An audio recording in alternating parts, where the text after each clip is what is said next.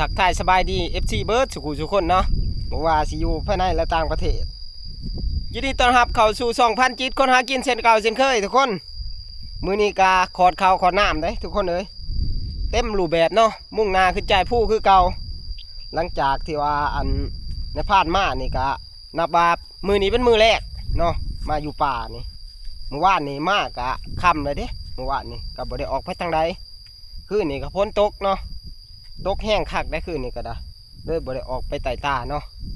ส่วนว่าทีมงานเฮานี่ก็ส่วนหนึ่งก็กลับบ้านก็คืออัน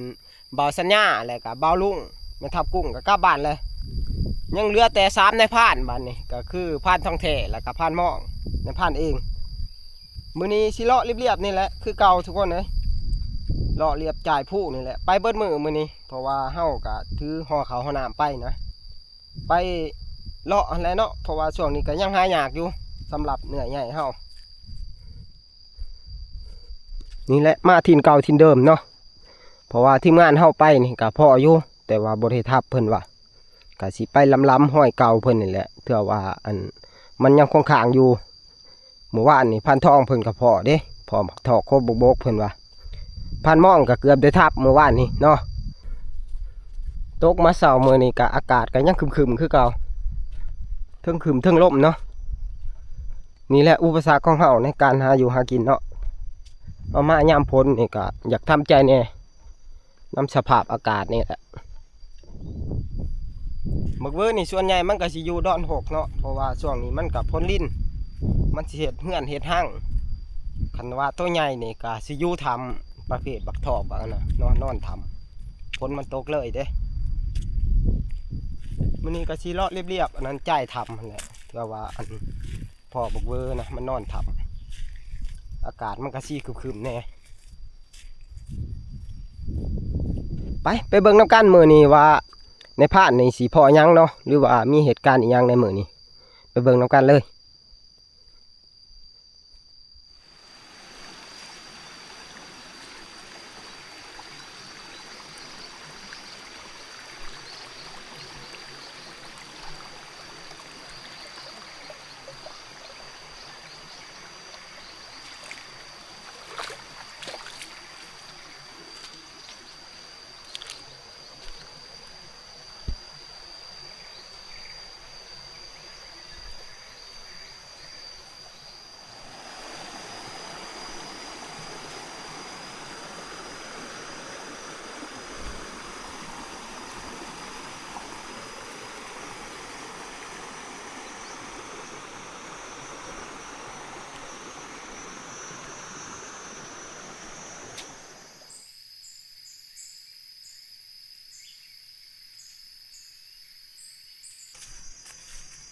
ขึ้นนี่ก็ทีมงานไปกับต้นอูพยายลงมาเนาะ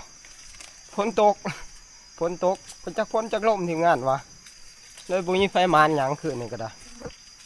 ไม่ทับกุ้งกะจนบ่ได้อยู่ในเนาะเราก็ได้ผ้าหนองมาออกเลาะกับบ่พ่อเนาะอีเห็นนี่ยังก็ได้ว่าแล้วมันลำบากช่วงนี้ทีมงานมาเที่ยวนี้ก็ส่วนใหญ่ก็ได้กินแต่เห็ดเนาะ จนสิเป็นเต่าแหละหมู่เพิ่นว่าแต่มือมาพุ่นได้กินแต่เห็ดเนาะบ้านนี้นายผ่านมาชมทบบ้านนี้สิเป็นยังไงสิกินแต่เห็ดคือกันอีกบ่ถ้าเบิ่งกันไปยาวๆทุกคน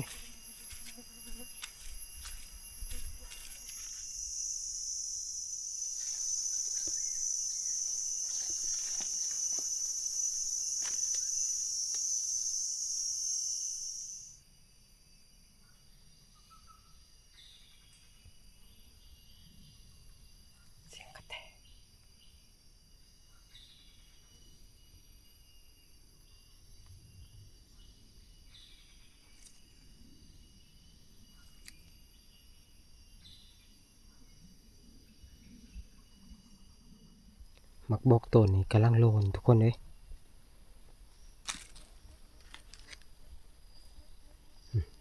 กระหอกมันจอกินต้นนี้ก็สำคัญอีกต้นหนึ่งทุกคนเนาะแต่หอดเราดูมันจะแถ่นี่เวอร์เขาเพียบต้นเนาะตอนนี้ก็มันยังโลนโบราณอยู่ทุกคนมันกำลังเริ่มโลน พุ่นนี่ผ่านเหี้ยงเฮ็ดหางไว้นะแต่ปีก่อนพุ่นในผ่านก็เคยมานั่งนี่แหละในปีก่อนนะในผ่านก็ได้ทับอีแดงเนาะในนี้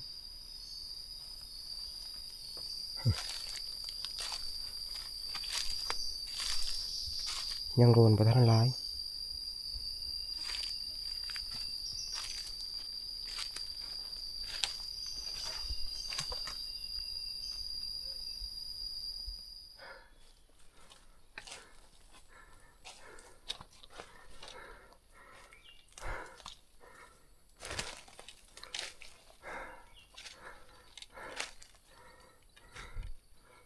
มิดหมอยซอยเย็นทุกคนเลย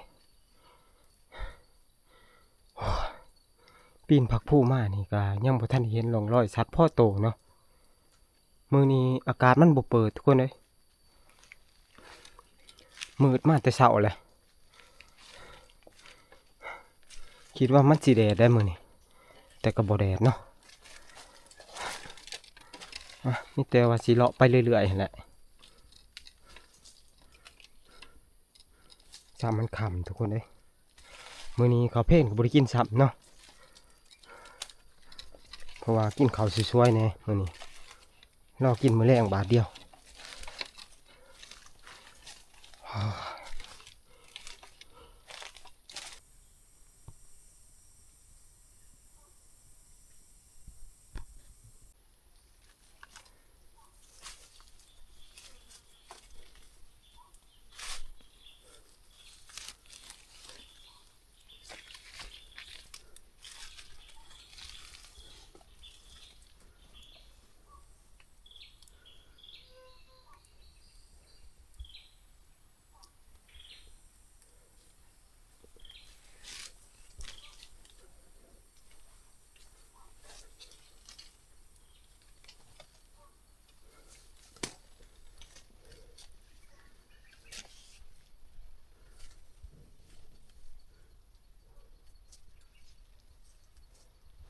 ทำมักเวอร์ทุกคน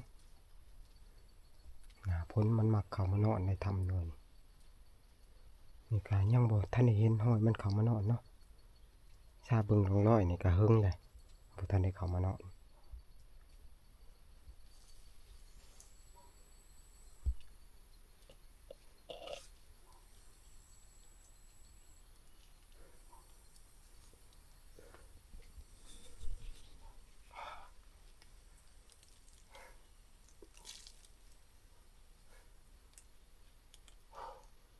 ยุ่งหลายคักทุกคนเลย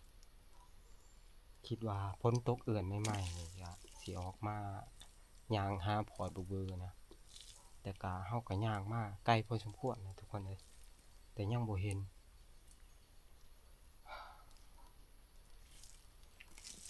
มันบ่ออกบ่เบอร์มันเนาะหรือว่าเมื่อวานนี้พันทองเอาน้องมาเขาไล่ยันว่ามันพายก็มีทุกคน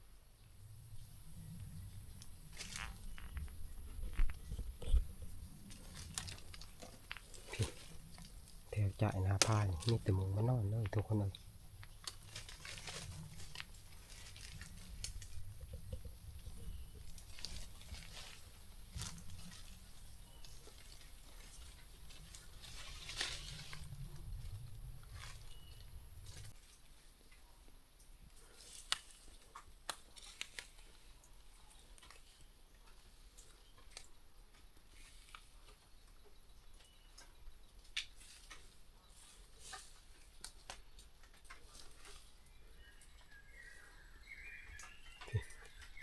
นี่จะทำมาเพื่อทางนั้นเลยทุกคนเลย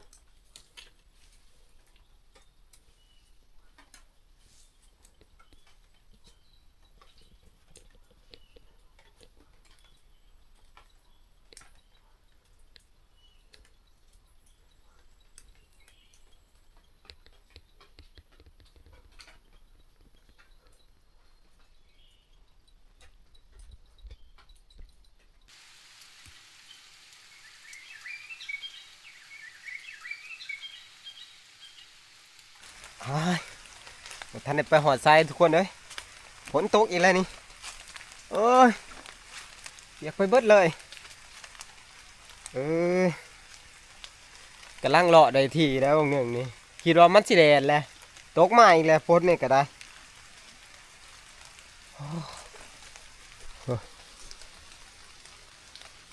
ใครเนี่ยแต่มันบ่ล่มเลยทุกคนเลยโอ้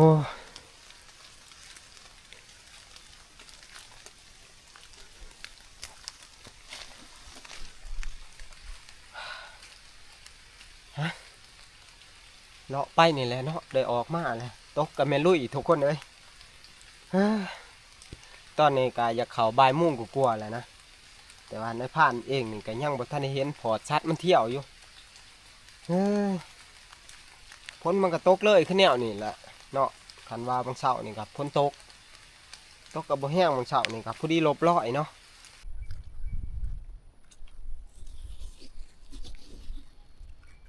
โอ้เปียกปอนไปเบิดแหละทุกคนเลยหนาวกับพ่อหนาว โอ้ส่งเสือเปียกไปเลยหาดักไผ่อันค้างส่งเสือก่อนพอได้อันความอบอุ่นนะสีแรงๆยังสิออกลัดต่ออีกมันหยางน้ำผ่านน้ำพ้นนี่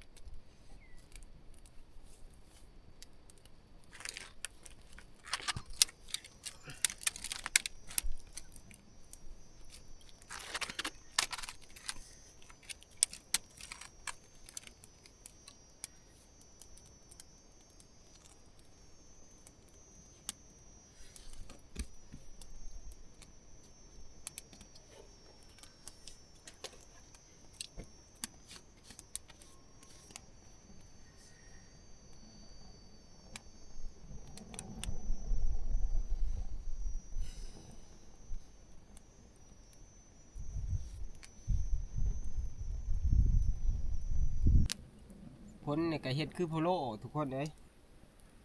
ตอนเฮาอยู่ทับน่ะนะสิโตกกับบ่โตกได้พอออกมาทับแล้วก็ตกห้ำอีกโอ้ยยังวะเปียกไปเบิดเลยทีมงานเฮานี่ก็มาอย่าเข้าเป็นทิศเลยแหละแต่ว่าในพาดนี่ก็พึ่งมาเนาะจักสิอยู่ได้เฮิงปานใดแหละสภาพอากาศแดนนี่เฮาหากินก็ยากส่วนใหญ่ก็สิหิวทีมงานก็พอได้แต่เฮ็ดนั่นแหละเลี้ยงมาเที่ยวนี่ก็ได้พังเบิ่งขาดว่ามาเที่ยวนี่ก็สิอยู่จัก3-4 คืนเนาะเทื่อนี่มาเลยตกก็ฝนตกก็อดสายอยู่เพื่อว่าโศกว่ามันไปจนสุดความสามารถนั่นแหละทุกคนเลย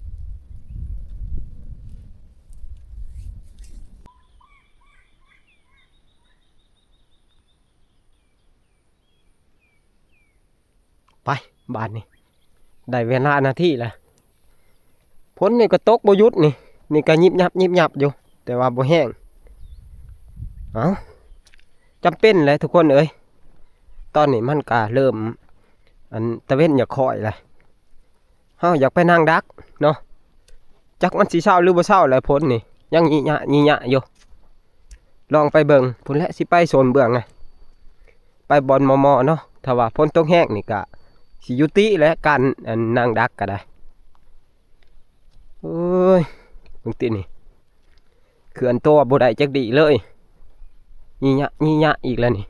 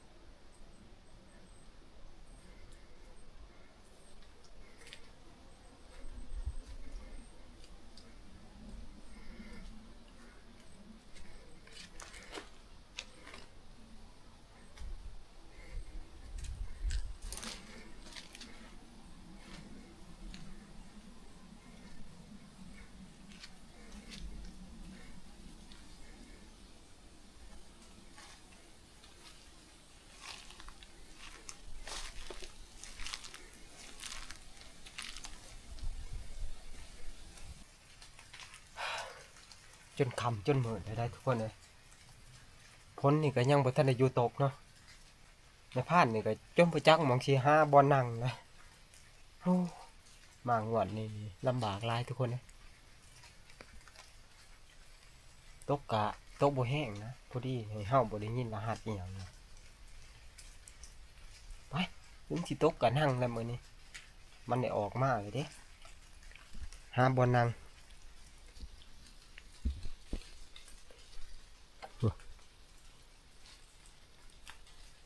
สักกะมั่วเอาบ่ถีบเลยลายหินมันขึ้น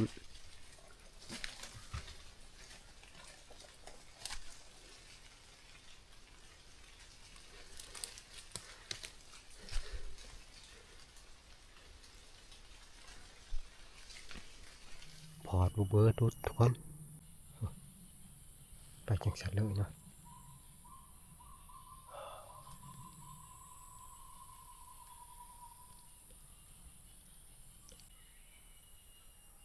ตอนนี้กะตะเว้นค่อยค่ำทุกคน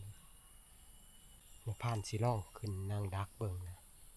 เทื่อว่ามันเที่ยวทางเก่าเนาะ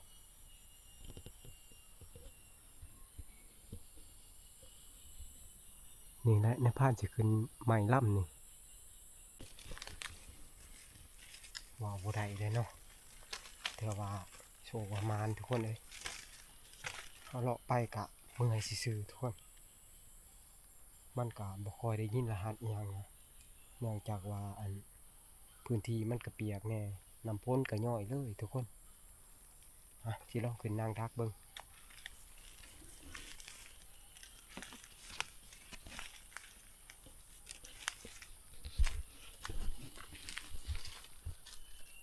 ตอนนี้การนายพานก็ขึ้นมานั่งต้นไม้ไปทีหน่อยนะมีแต่ว่ารอเวลาเนาะสีค่ำๆพุ่นแหละสีขาวหรือบ่ขาวก็ฮู้กันทุกคนค่ำๆแหละนายพานก็จังสิลงจากต้นไม้พื้นทับพุ่นแหละเนาะไปกินข้าวกินน้ำแล้วก็มื้อแรกจังว่ากันใหม่เป็นจังไดมื้อนี้ก็เลาะมาเบิดมื้อแหละทุกคนเอ้ยบ่พอเหตุการณ์อิหยังจะดีเลยมื้อนี้มีแต่ว่าลุ้นไปแล้วกันทุกคน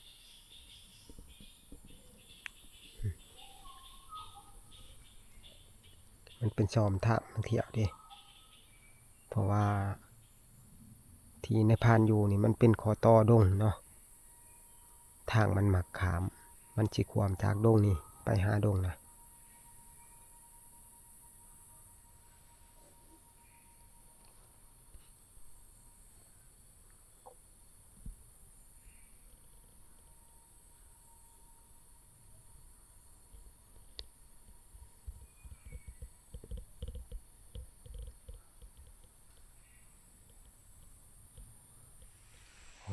ทุกคนเลยพวกนั่งในที่นะผ่าพ้นมาอีกแล้วทึ่งล่มทึ่งพ้นบานนี้โอ้คิดว่าสินั่งอีกจักชั่วโมงได้จังสิลงไปต้นไม้อยู่บ่ได้เลยทุกคนเลยพ้นมาเลยทึ่งล่มทึ่งพ้นไปวันนี้เลาะกลับทับทุกคนอยู่บ่ได้แล้วเพราะว่าตอนนี้ในผ่านก็อยู่ในดงเนี่ยยานงาใหม่งาตอกพ้นก็เริ่มลงนิดแล้วไปขึ้นทับบันนี้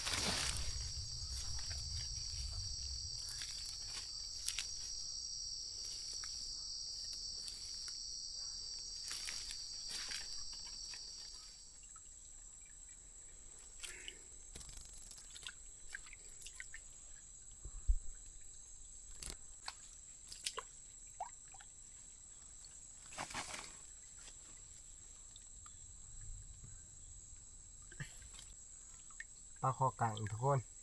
เอาพอได้ปั่นแรงนะ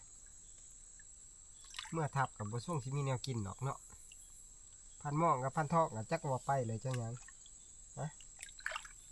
ในตัวหนึ่งสิเลาะเงี้ยงเบิ่งอีกเผื่อว่ามีนะพอได้ปั่นแรก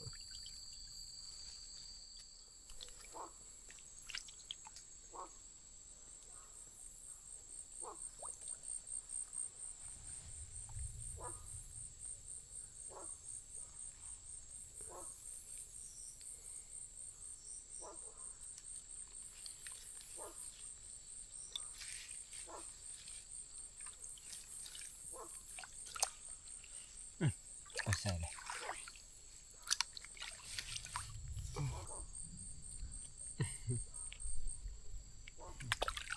ก็ได้กิน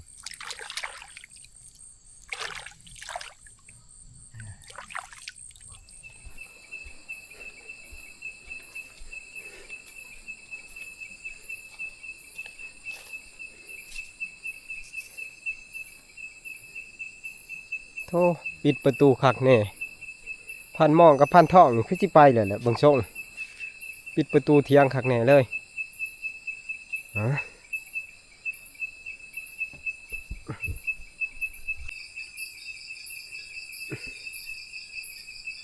มาหอดทับแล้วทุกคนเอ้ยพันท่องแท้ก็ไปเลยเนาะพันหมองก็ไปเลยไปคนปองคนแป้วมือนี่แต่ว่าสภาพอากาศเฮานี่ติมันลืมตึมต่ำอยู่บ่ฮู้ว่าสิโยนลงเมื่อใดเนาะหากินก็ลำบากกะลีเนาะมายำหน้าพลนี่ฮะหาเห็ดกินข้าวกินน้ำก่อนบัดนี้นี่เลยปลาทีในพานงุ่มเอาตอนออกมาแต่ป่าเนาะเอาพอแล้วแรงทุกคน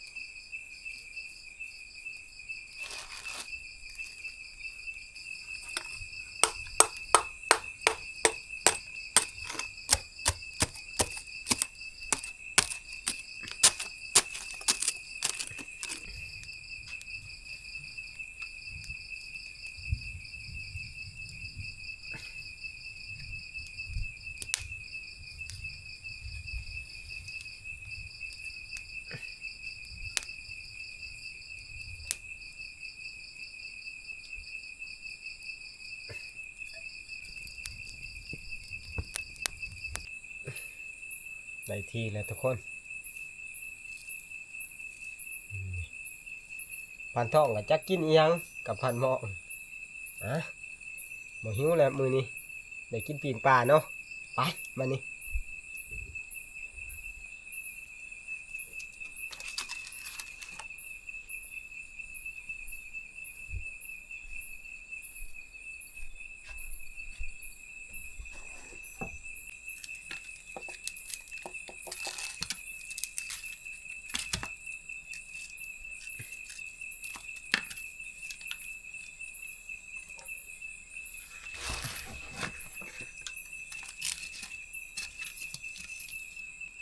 นี่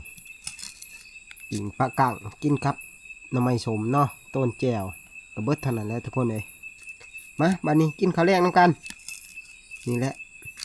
นี่ซ้ำนี่แหละของกินแรงเฮายังดีเนาะเฮาบ่ได้กินแต่เห็ดเปลี่ยนอาหารในจักบาทมาทุกคนมา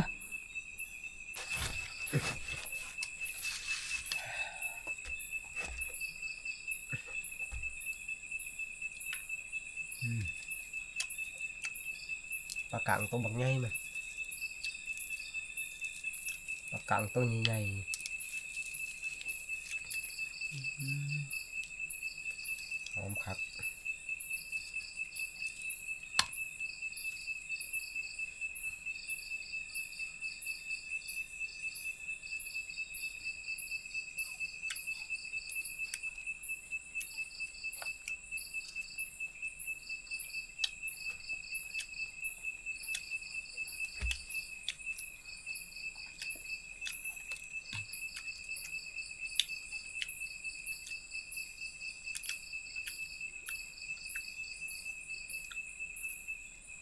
มาเที่ยวนี้กับทีมงานเฮากับ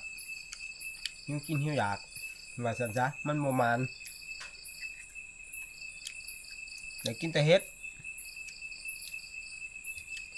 ตีแหละน้ำพ้นผ่าอากาศนั่นแหละมันบ่เป็นใจมาหน้าพ้นเนาะออกไปรับกับบ่พอข้าว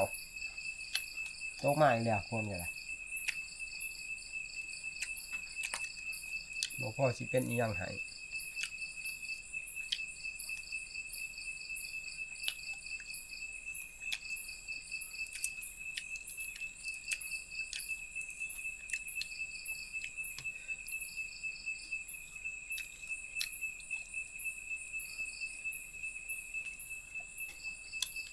ถ้าบ่รอเลี้ยงห้องก็สิบ่ได้กินปิ้งปลากังเนาะ มุมเฮ็ดอีกถ้าบ่รอห้องเลย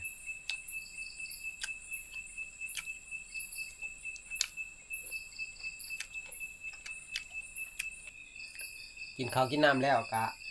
นอนพักผ่อนก่อนจัก2 ชั่วโมงทุกคนเลยหลังจากนะถ้าว่าพ้นบ่ตกนี่ก็สิออกแต่ตาต่อนะไปจนสุดความสามารถนั่นแหละเนาะเพราะว่าเฮามาช่วงนี้มันก็หากินยากคือเว้าหั่นแหละเนาะมื้อแรกนี่ไปอีกถ้าว่าพ้นบ่ตกขอตัวพักผ่อนก่อนทุกคน